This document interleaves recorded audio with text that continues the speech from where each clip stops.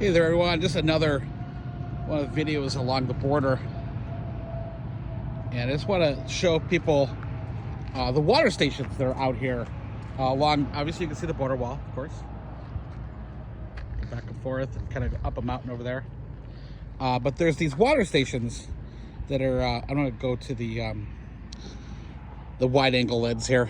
They're along. Most of these don't have any structure to them, but you do notice that there are GPS coordinates, so that people can text those coordinates to each other. They can, the smugglers can tell the people where to go, where they're going to get picked up.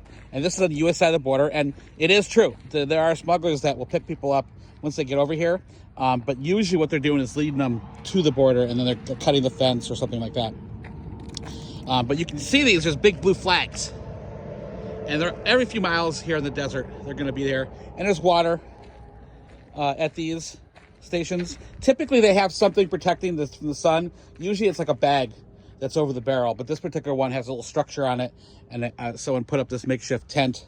I've been here for a while. The weights are very dirty, so it's all been here for quite a while. I see here there's this Humane Borders sticker on the barrel and also on the garbage can here. You can see there's cups in there, no big deal. But you can see that's the organization that does this.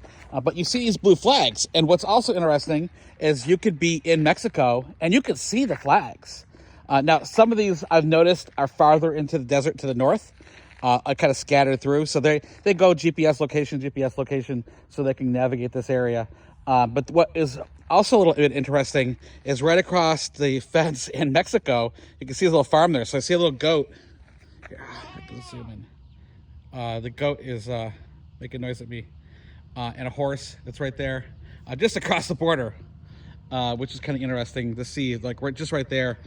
There are sometimes you'll see like little makeshift camps from the cartel, and this location here a couple weeks ago had people coming across, and I'm sure there's a little bit of activity here and there, but unfortunately, see some of these.